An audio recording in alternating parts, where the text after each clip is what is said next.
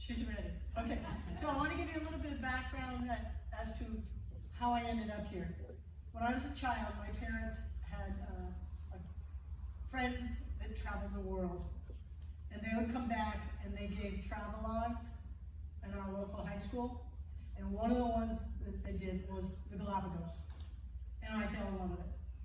So Craig came up to me afterwards and he said, look, you need to go here, and you also need to go to Peru. And we did end up going to Peru.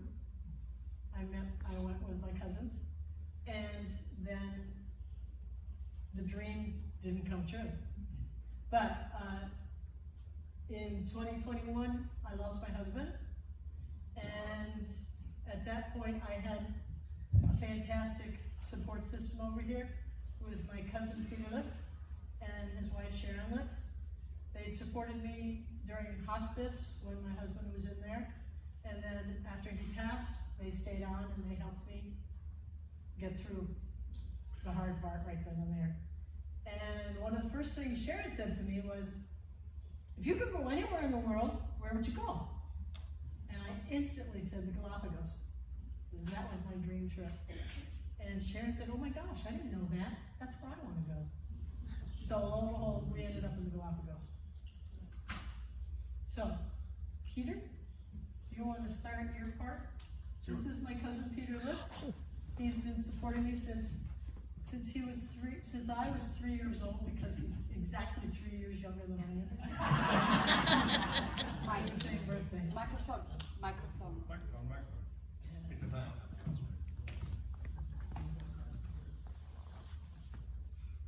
only slightly technically challenged. We'll do the best we can.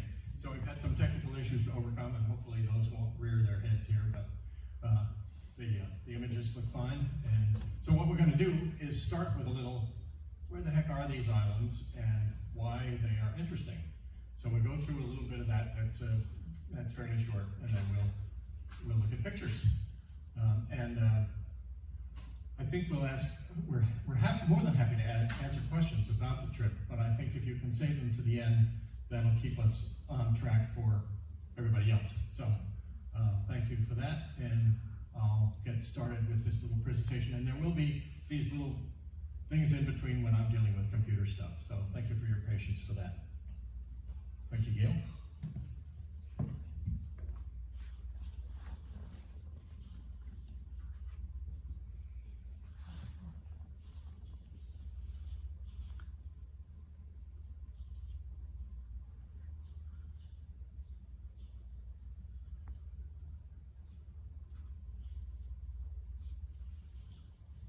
So the trip was just in June of this past year. Amazingly enough, the Galapagos Islands are about 600 miles from the coast of Ecuador. So it's a very long way. The islands are really in the middle of the Pacific Ocean. And we were so lucky with our weather. You know, with a big storm, the seas might have been impossible for our good size but not giant boat. You'll see pictures of the petrel later. But that's where they are. So our trip actually started in Orlando with a flight through Panama City to the airport in Quito, Ecuador, which is at the amazing altitude of 9,000 feet. This capital and former Incan stronghold in the mountains is surrounded by 7 volcanoes. Up to 1832, the islands were nominally owned by Spain, which, however, had taken little interest in them and had done almost nothing to enforce its claim. In 1832, they were claimed by the 2-year-old Republic of Ecuador, which lies 1,000 kilometers to the east, that's 600 miles, and named the Archipelago de Ecuador. Our trip covered the western islands. The trip that we took is the dark line, essentially. It's blue, and we touched base everywhere there was a little dot. We went ashore, and where there's on the island of Santa Cruz, there in the center, we did a trip by bus, small bus through parts of that island ashore. So it is absolutely a little volcanic, a collection of volcanic peaks in the middle of the Pacific Ocean. They are on the confluence of two tectonic plates, the Nazca Plate and the Cocos Plate. And you can see, if you look at the brown areas on the slide, if you can see them, that's the highest elevation. And if you look at Isabella Island, the large one that looks sort of like a seahorse, that's Wolf Volcano at the top, north end of the island. And its most recent eruption was in January of last year, 2022. And the eruption was still ongoing as of October 22, a whole 9 months. Wolf Volcano's eruption, much like others in the Galapagos Islands, haven't been overly violent. Wolf is the most northerly volcano on Isabella. The first days took us around the north end of Isabella on the boat, but we saw no volcanic activity. And the amazing thing, you see the different colors of blue around the islands, nominally showing water depth. The platform of the Galapagos, the lighter blue that's around the islands, is 3,000 feet below sea level. And the average ocean depth around the islands is 9,900 feet. So there off to the west, it drops off precipitously because these are just little peaks sticking up from the ocean floor. Equator. What? Equator? Oh yeah, that horizontal line through is the equator, and we crossed it 4 or 5 times over the trip. And one of the weird things about the equator is that there's no difference between the amount of daylight, and we're used to a considerable difference in length of day, but at the equator, the sun rises at 7. And that was 6 here. 6 o'clock. It sets at 6 o'clock every day, all year round. No change, which was nice because dinner was always at sunset.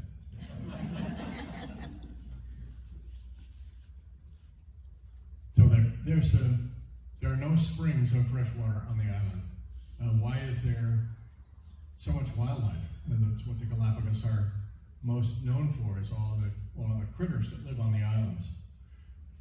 And these arrows show the ocean currents, and they bring tremendous amounts of microscopic marine life to the islands.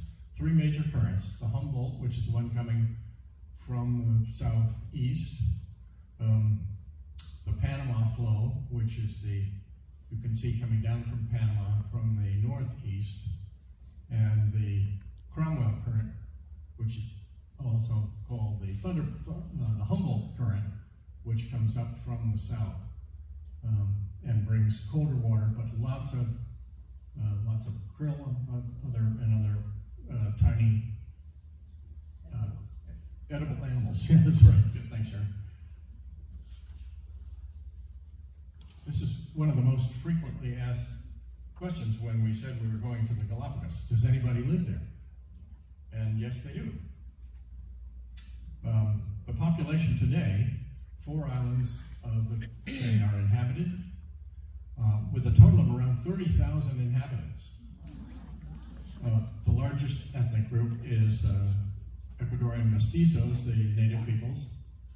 But back in 1959, only 1,000 to 2,000 people lived on the islands. But by the 1980s, it had grown to 15,000. About 97% of the archipelago is protected as an Ecuadorian national park. So there are these urban areas, but pretty much the rest of the area is the national park. And in addition, the Galapagos Marine Reserve is one of the largest marine protected areas in the world. This marine reserve was expanded again in January 22 and covers over 53,000 square miles. How many islands make up the Galapagos Island group? Well, that really depends on who you ask. So from one source, there are 13 major islands, or from another, the group consists of 18 main islands, 3 smaller islands, and 170 rocks and islets. So they're just things sticking up all over, and when there's volcanic activity, more islands are formed, and that's happened fairly recently. When When were the islands discovered?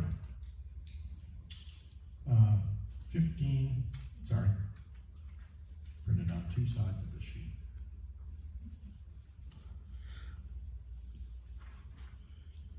The first recorded visit to the island happened by chance in 1535, when Fray Tomas de Berlinga, the Bishop of Panama, was surprised to find this undiscovered land on a voyage he was making to Peru. According to the Republic of Ecuador, the official name of the Galapagos Islands is the Archipelago de Colón, or the Archipelago of Columbus. And this is the name still found on nautical charts for the islands. I was looking for a chart to take with me and had to figure that out before I could actually order the chart. So now we're going to look at some pictures. So this is one of these awkward in-between glitches here. Bear with me.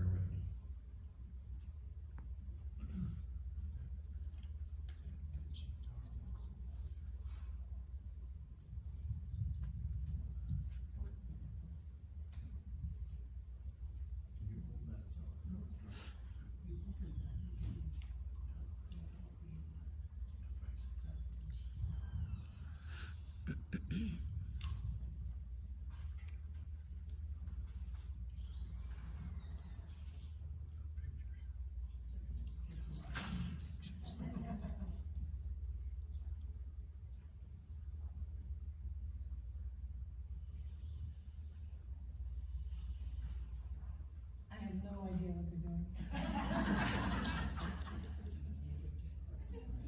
I just sat down and watched them do their thing.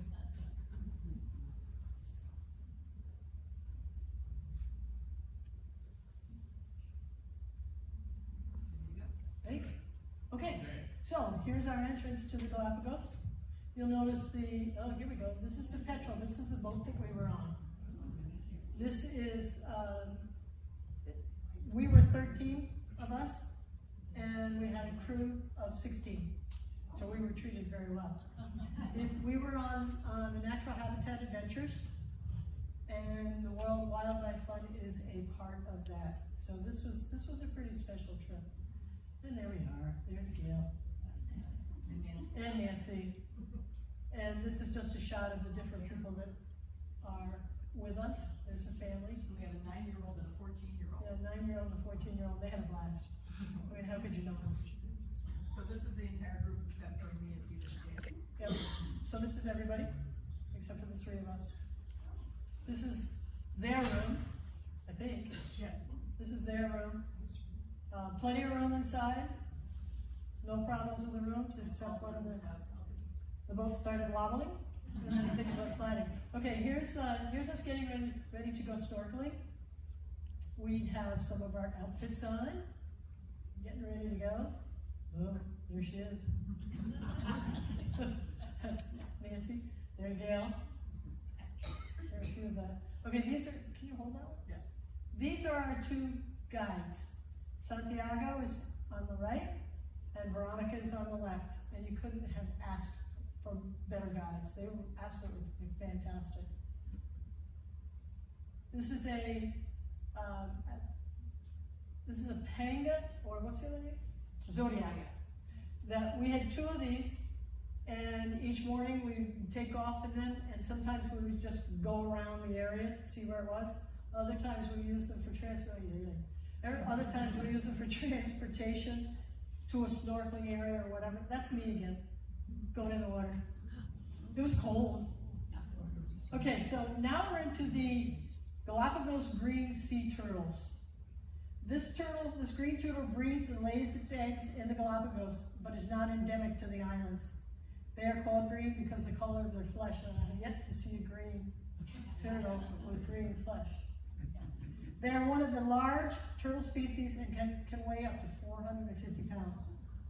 They are highly migratory and range from Baja California south to the Galapagos and north of Chile and as far west as Hawaii and the Marshall Islands. Green turtles cannot hold their heads and limbs inside their shells, which makes them more vulnerable to the predators. Breeding takes place on the shores, with the female going ashore and the male remaining in the water. Now, Sharon has taken all of these pictures. So, I mean, they're spectacular. Okay. Here's the fun thing. This is a flightless cormorant. We were all out snorkeling. I had my head down in the water, and I kept hearing these noises. I was trying to figure out what it was, and I realized it was the rest of our group sort of giggling above, and I was below. So I said, okay, Gail, you need to come up. So I came up. This flightless cormorant was about that far away from me. And he decided that he should come after me. So he starts swimming towards me. And I can hear my guide over there saying, put up your fins, put up your fins. I couldn't get him up. So here I am going backwards as fast as I can go, and I wasn't going very fast, so he got really a lot closer to me. And then I saw some red fins going up in the air, and that was our guide. So he was my savior. So that was quite an experience. And he was literally right there. He was cool. Okay, and here's another story. This is Sharon's story. She was snorkeling, and this pelican was flying around, landed, and went after her. So she's doing the same thing I was doing. She's trying to back them and get away from it. And this is how close she was to it. And I think the next one shows its feathers. Isn't that awesome? Feel the detail on that. Oh, there I am again. Okay, these are all the underwater pictures. Sea stars. Okay, these are sea stars, and it's got coloring on these. And there's a series of these, each a little bit different. Chocolate chip.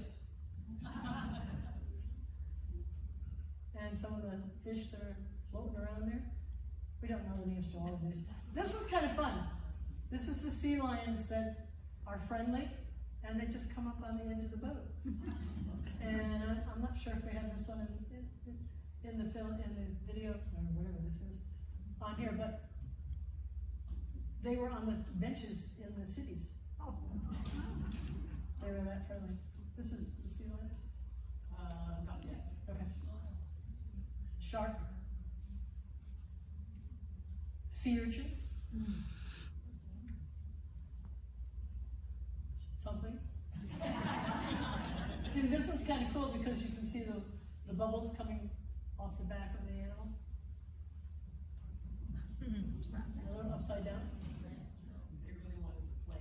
Yeah, they wanted to play. They're very friendly when you're in the water. Sea lions have no seals. There are no seals in the Galapagos, it's only sea lions.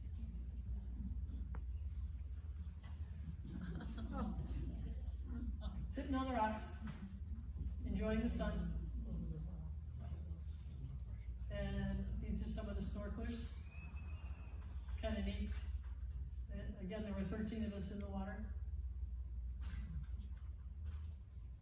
What's the name of that one?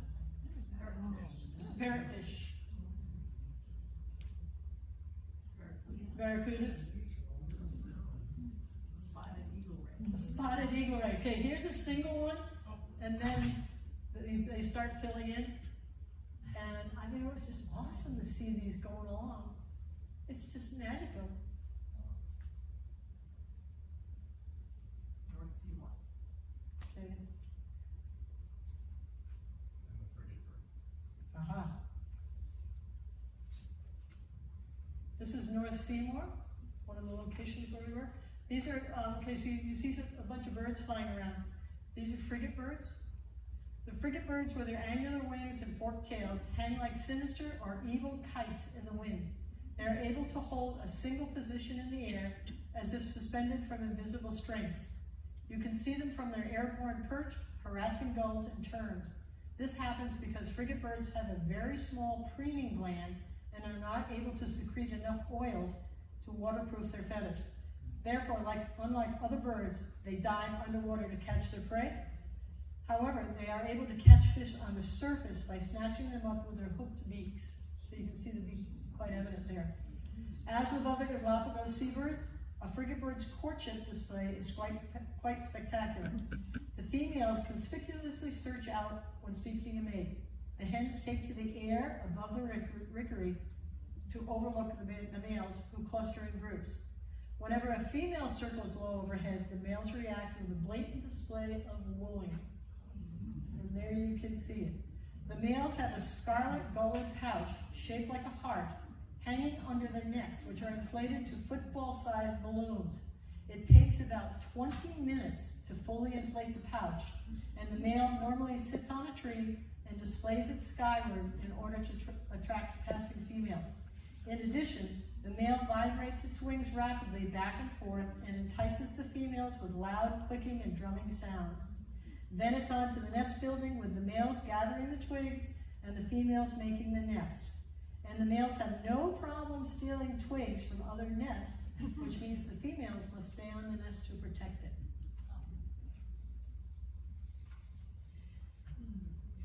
You can see the hook in one of these. And there are some of the babies. They're so cute. And we were close to these. I mean, you probably she had a lens on, but we were close to these. None of these animals are afraid of us because they really have no predators. No human predators.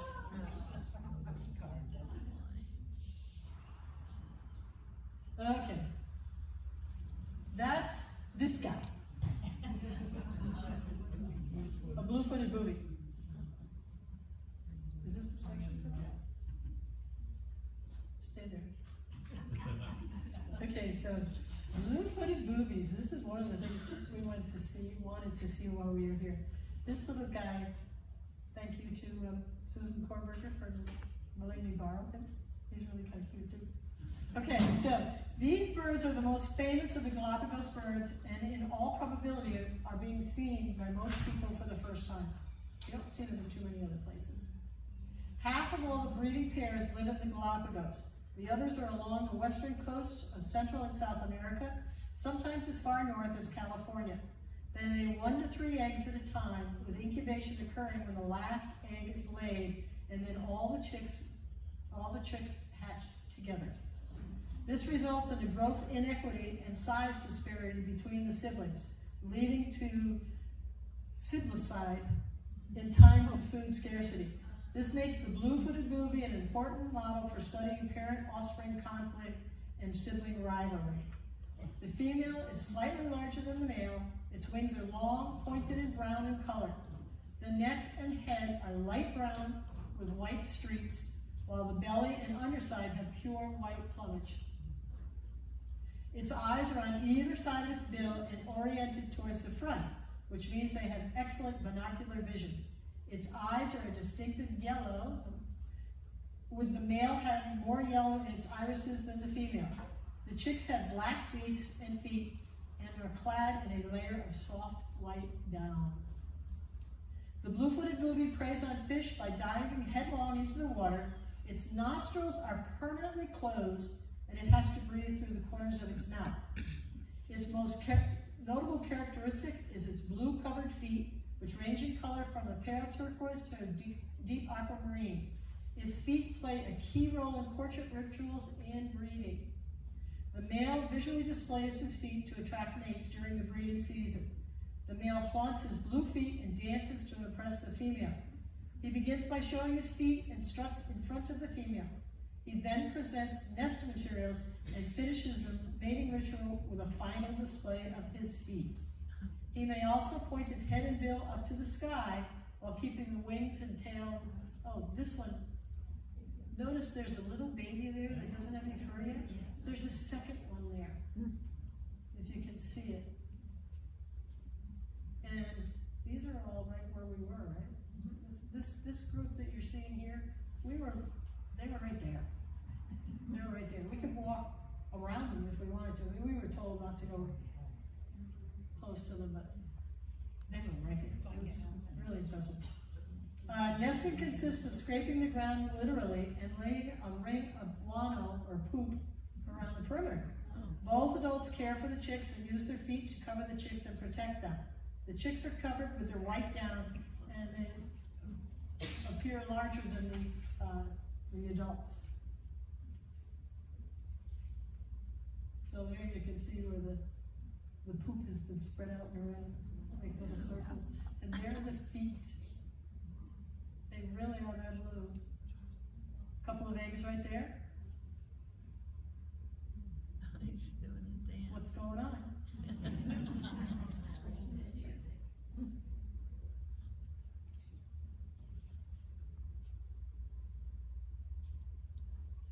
That's not a blue for the booty. That's a sea lion. Is it?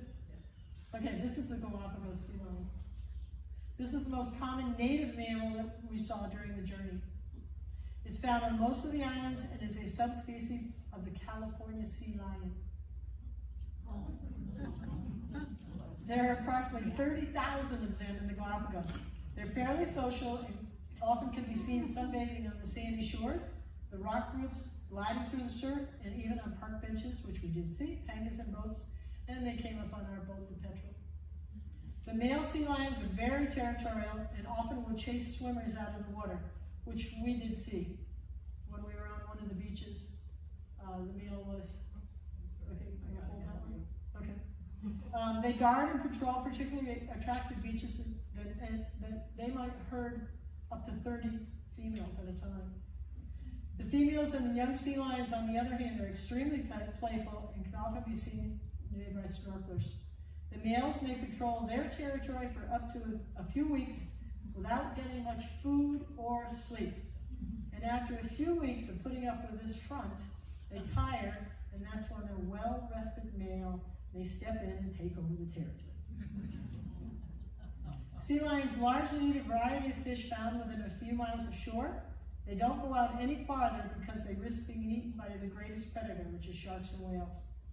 The females give birth to a pup once a year. The mother will nurse the pup for about a week and then return to the water to feed. A week after that, the pup goes to the water and it perfects its swimming skills. Shortly after, the cow mates again. The pups are weaned at about 11 months and develop their own hunting skills. The pup and the cow will stay together for up to 3 years, and the pups will stay together in a rookery during that time. This is our crew. All 16 of them, I think. Yes, I think so. Nice bunch of guys. They would do anything for you. It was really good crew. Okay, this is Santiago. Thank you. And I have kind of a story with him. He went to the islands with his family when he was 7 years old, and he grew up to be a guide. This is what he really wanted to do. And he's in his 40s at this point. And one day, a tour group came in, and there was a woman on the boat, and they married and stayed on the island. They have 3 children, and it's at some point, I guess the boy was about 9 or 10 years old, and he and his wife said, you know, we really need to educate our children a little bit more than the Galapagos, so they moved to the United States. And I said, okay, where'd you move to? He said, oh, we moved to New Hampshire. And I said, okay, where in New Hampshire? He says, where? And I said, no, where in New Hampshire? He says, where? And I said, okay, where in New Hampshire is about 20 miles north of where I lived for about 30 years. Small, and he commutes every 2 weeks from New Hampshire to the Galapagos. This is just a sample of the activities that we had during the day. In the mornings, we would usually go out in the panga boat, which was really fun. This is a sample of some of the food. Yeah, it was really neat. This is, what? Those are penguins. Oh yeah, there's some penguins there. Native, those guys are Galapagos penguins. And then the rock face. We would see these from the pangas. Sea cave. Sea caves. We were able to go into one of those. I think it's that one. And in we go.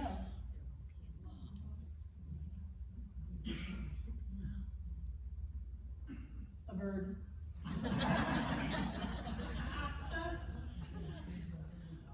A bird and a baby. That's a flightless cormorant. Ooh, this is my time, right? Yes. Okay. Flightless cormorants. The flightless Galapagos cormorant is the largest surviving member of its family. Its wings are about 2/3 smaller than a flying cormorant, the ones that we know. The keel, the main attachment on the breastbone where the birds attach to large muscles needed for flight, is also slightly reduced. Like other cormorants, the bird's feathers are not waterproof and they spend time after each dive drying their small wings in the sunlight.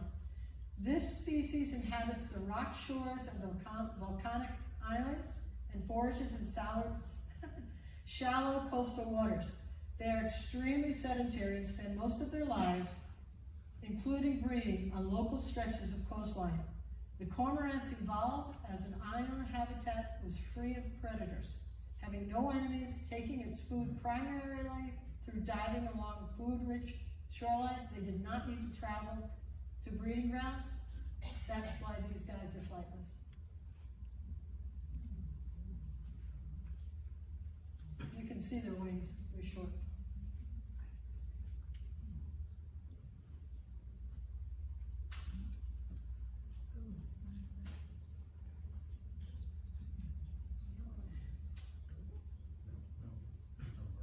Marine iguanas.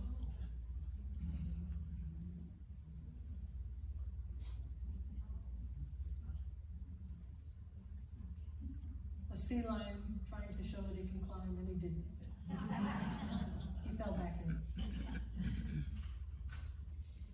This is sort of a sample of one of the displays that they had for some of the meals. There's Peter. He's up on the top deck, just enjoying the sun. These are a couple of the frigate birds that flew overhead while he was there. And they put on quite a display for him.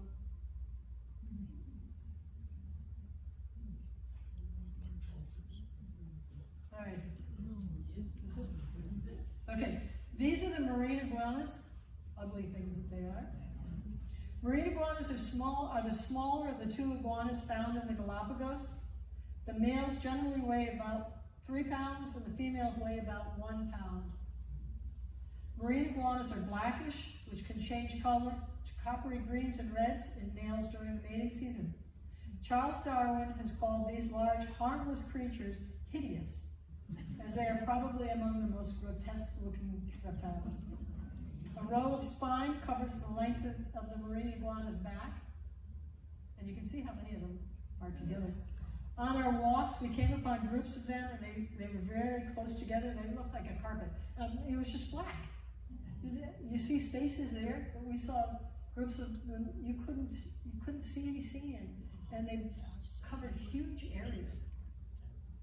They're rather ugly, but they're cute. Marine iguanas are the only sea-going lizards in the world, and they range only in the Galapagos. The waters surrounding the Galapagos can be quite cold, and because the marine iguana is a cold-blooded creature, they often come ashore to warm up. They live in colonies near shallow reefs and rocky coastlines. The marine iguanas are herbivores and feed mainly on intertidal seaweed and algae during low tide. Iguanas tend to intake a large amount of sodium, which can be toxic to them. Oh, look at that guy. Okay. To accommodate this, they excrete salt crystals through their nostrils by sneezing. So you should be able to see some of the, right in the middle is the are some of the salt crystals. And look at that one. Isn't that neat? I mean, that's quite a picture. And there's one swimming.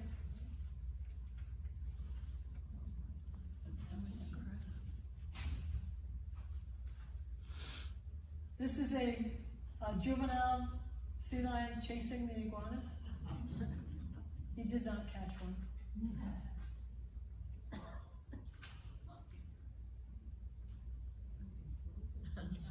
Oh, is this the, That's the baby. okay, this is a baby sea lion nursing. And we may or may not be able to get the video on this one. Nope. You could see it suckling and you could hear it sucking. And it took us a little bit to figure out what it was, but I mean, that was just amazing. And we were standing from here to the screen away from them when they were nursing. That's the bull out in the water, making sure his females are guarded. Yes. Okay, these are Sally Lightfoot crabs. These crabs are brightly colored coast scavengers, and they're found all along the shoreline. You can see them everywhere. They feed on anything from sea lion placenta to other crabs, plus they keep the shoreline clean of any organic debris and eat the ticks off of the marine iguanas.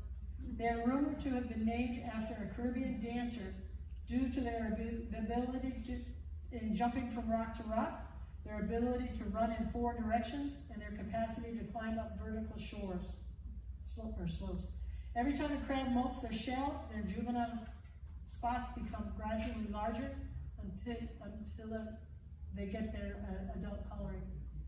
The female crabs carry their eggs around with them on their stomachs until they hatch into the water.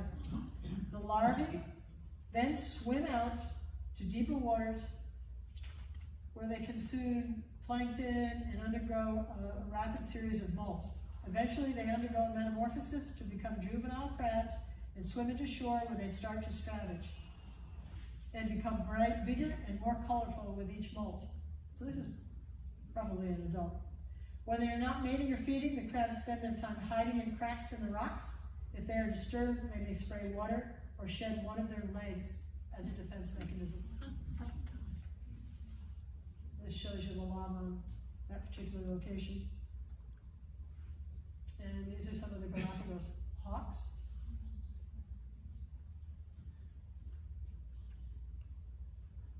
We did have one hawk that was sitting on a sign on one of our pathways, and we all stood there and said, okay, how are we going to get around this? And we basically just walked right by, and he stayed there and followed us. But he didn't do anything. Another flightless cormorant. Pelican. That's a pelican. And this is some of the lava rock with part of our group. With the sun. Just taking cloud pictures. That's a frigate bird and the moon.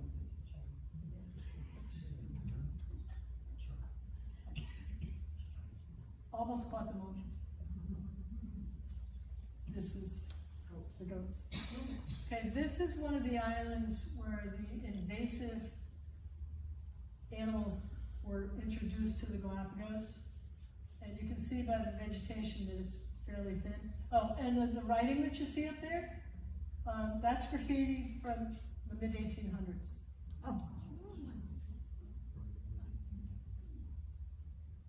So we're walking along the pathways, and we are on the Tagus Cove Island. And at one point, the island had over 41,000 invasive goats on it by the 1970s. And as you can guess, they had eaten most of the vegetation on the island, which made it very difficult for the native species to survive. The Park Service had to step in, and they began eradicating these invasive goats. They achieved this by the technique of using Judas goats. These are trained goats used in general animal herding. The Judas goats wore radiolocation collars to find the herds. Marksmen then shot all the goats except for the Judas. They then returned weeks later to find the Judas goats and shoot the herd to which they had relocated. The process was repeated until only the Judas goats remained, and then they were killed. 41,000 goats were killed from 1971 to 1982. Wow.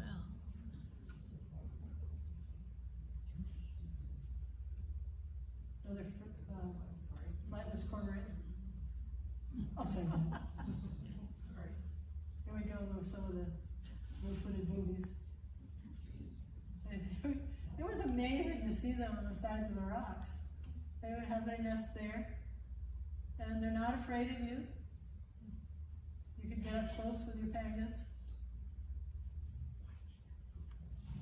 Salad lightfoot crabs. The reflection of them. Penguins. Yes. I kept saying pelicans, not pelicans, and penguins. These are some of the finches on the island.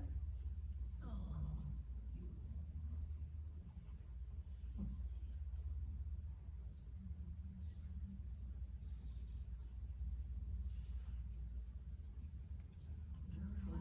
One of the tortoises. Check out that face. Okay, here's a land iguana. We were walking along the trail and came across this guy, and we had no idea what he was going to do. Was he going to come after us? Was he going to let us go by? Oh, there I am. So we took our time going by. It looks tiny there, but it really was bigger.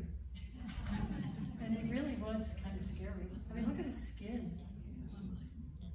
Okay, land iguanas are larger than their counterpart marine iguanas. They can weigh up to 25 pounds. They're yellowish in color with splotches of black, white, and brown. A spiky dorsal crest runs along a land iguana's neck and back. The land iguanas prefer drier, scrubbier areas and live in burrows. When Darwin first came onto the islands, there were so many burrows around, he found it difficult to find a place to put his tent. They are menacing looking. The preferred food of the land iguana is the prickly pear cactus. They stand on their rear legs as they try to reach the succulent pads and yellow flowers. Their mouths are incredibly leathery, which allows them to eat the cactus pads whole without removing the spines. Occasionally, the marine and land iguanas interbreed, producing a hybrid iguana with a mixture of features from each iguana. More than likely, the offspring will be sterile.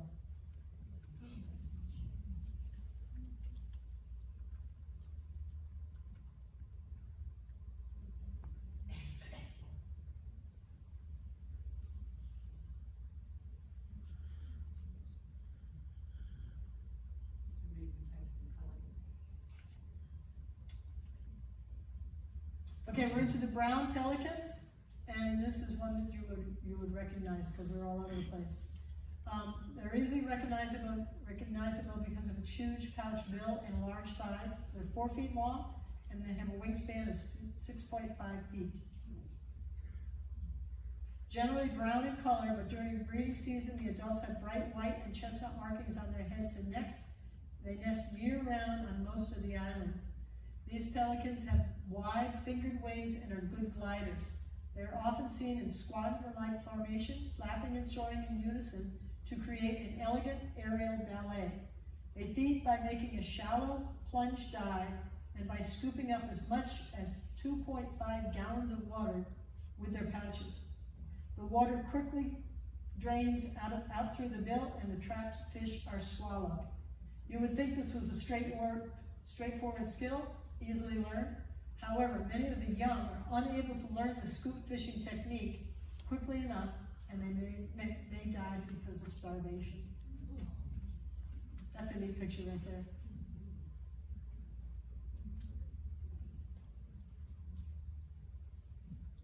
You see a lot of blue-footed boobies in these pictures because they're so unique.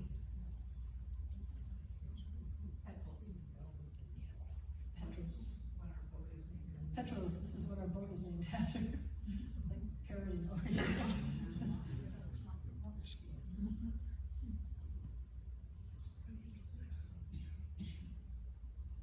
This is the lava field? Okay, this is the lava field that we walked across. We exited off of the Pegas in one area, and we had to walk about a mile to get to the other side where our boat was going to pick us up. So you can see in the fields here, they had told us we needed to wear hard-soled shoes for obvious reasons. Yes, you can see a picture of the boots there. with some vegetation, but not a heck of a lot. You would see pockets of these cactus. And there's some water in that area. Are there flamingos in these? Okay, so we're going to see, there they are. See some flamingos in this section. You remember Santiago saying that you probably wouldn't see any, and it was amazing, but there were 14 of them. Oh, yeah. Yeah, our guide Santiago said in all probability you would not see any flamingos, but we saw about 14 of them here. And she's taking these from a long distance.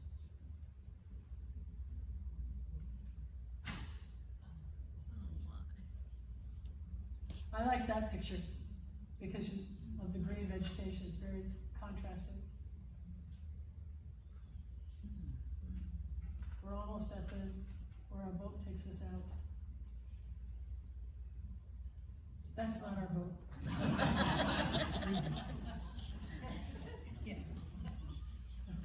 We were on a hike on this one to go up to the top of the volcano. It was rainy, foggy, not the best of days. And we got up to the top. Is this it? Yep. There's our view. And there's the sea lion on the bench.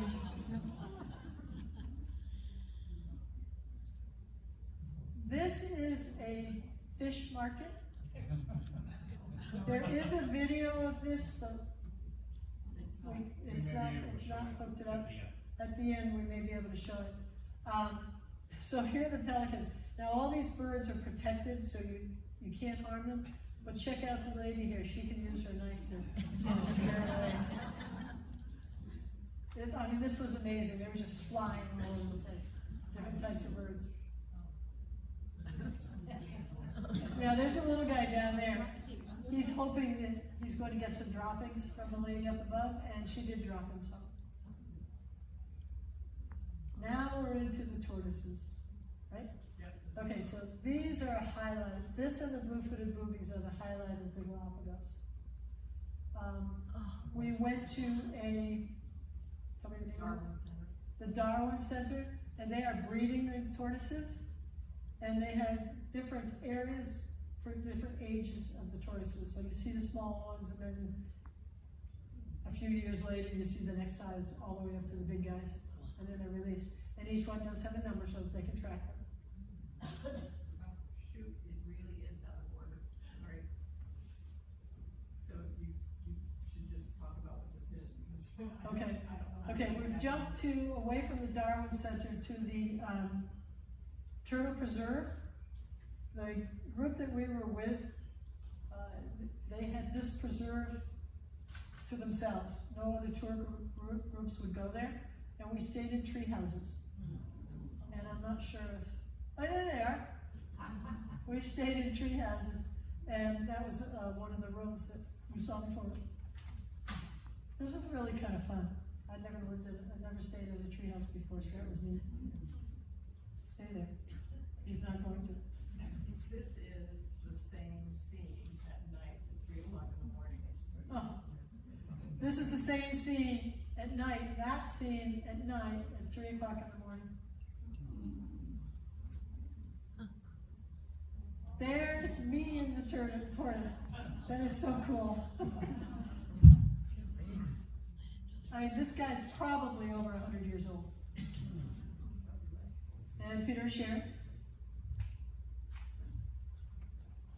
These are so far out of order, I don't know what happened, I apologize. Okay, we're sort of jumping around at this Yes, point. we certainly are. Sea lions.